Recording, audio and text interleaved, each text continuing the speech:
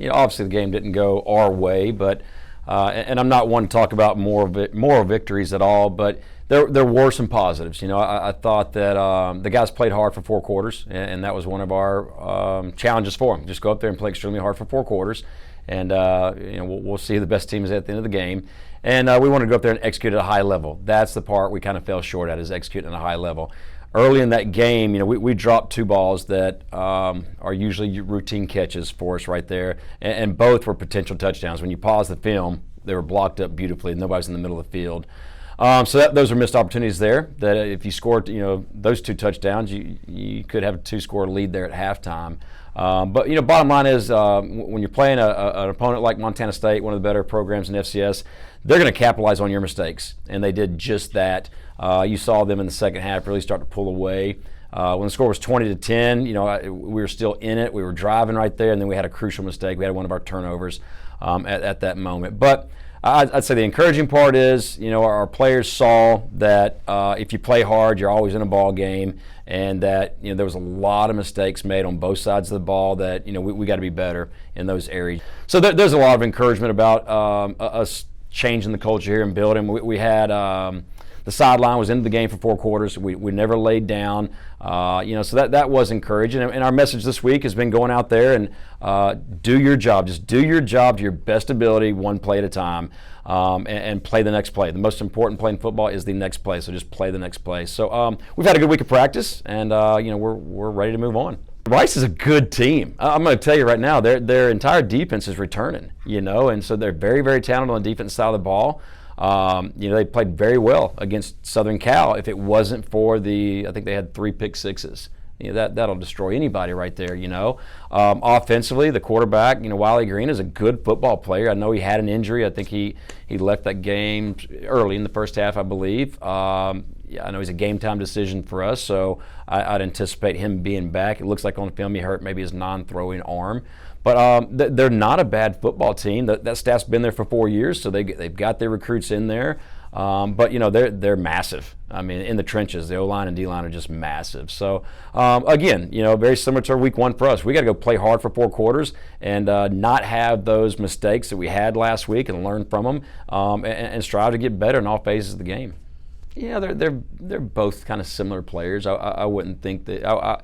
We're getting ready for Green. We're anticipating him playing. I know the other young man that came in is talented, and they think he's definitely going to be their future there. But right now, Green is a polished quarterback, and he presents a lot of problems for you because he makes good decisions. He's a good manager of the game. But we're preparing for Green to be playing.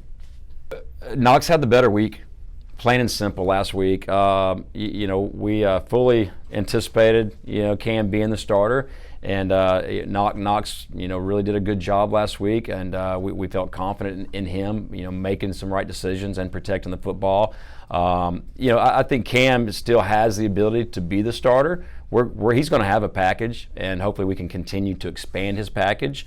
But I was very impressed with Knox during the game. He had really good poise. He was very calm. He had 2 crucial mistakes, and I think some of that's just to being young. Both those young men are only sophomores, But I would anticipate us moving forward being a little bit like Montana State was until somebody really pulls away with that job, because Cam brings something to the table. You saw him with that real nice run he had there, and he delivered a strike on one of his pass attempts right there. But right now Knox just is managing the game very well for us so far. So their D-line is very impressive. Their D-line was taking care of Southern Cal quite easily in some instances. And then the same thing on the offense. Their offense, they rushed. Their running back had 6 carries for 99 yards. I know the Southern Cal staff. We've spoke to them, and they're like, yeah, they were very effective running the ball on us, and for whatever reason they got away from that. So we worked hard this week. We understand we're probably going to get a lot of pressure from them, from their defense. They're probably going to test us early up front and with our quarterback play, so we understand that. And then on the other side, we think offensively they're going to try to run the ball right at us, and so defense has worked hard at trying to stop the run game. So it's probably no secret in what they're wanting to do, but I think what stood out to both us offensively and defensively were them in the trenches. They're really big and physical. Well, you keep coaching those situations. Keep talking to the guys. Hey, here's the last 4 minutes of this period, and we got to treat it like the end of the first half. Or obviously, you're beginning the first drive of the third quarter. But that's important. I mean, it doesn't matter high school, collegiate, or professional. If you dominate the 8, your chances of winning that game increase drastically. So we got to continue to get better in that area for sure.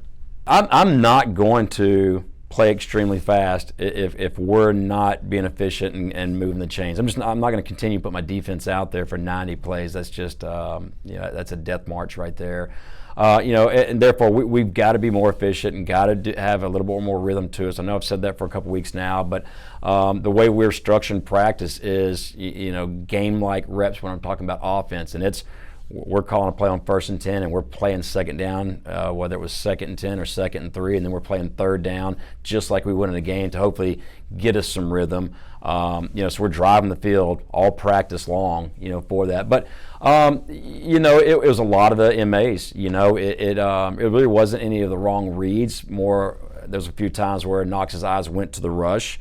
We had a few protection issues break down, obviously, but it's kind of a combination of everything. It is the drops. It is the missed block. It is the, hey, I should have let the ball go here on my when I hitched up in the pocket to my 3rd read rather than holding on to it trying to get to my 4th read. So it was a blend of everything. It was a total team effort right there is why we weren't sustaining drives. But we can be explosive. We showed that we can be explosive in both areas, but we also got to learn that if one man doesn't do his job on a play, it can destroy the entire play.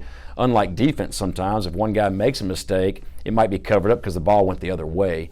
But we've talked to the guys. We met as a unit offensively there Monday, and we showed them the mistakes and the MAs at every position and why they're so critical. And not a bashing moment, but more of an educational moment. Like, here's why. Here's exactly why we're telling you that you've got to step this way on this play, or you got to get to your 3rd read on this play.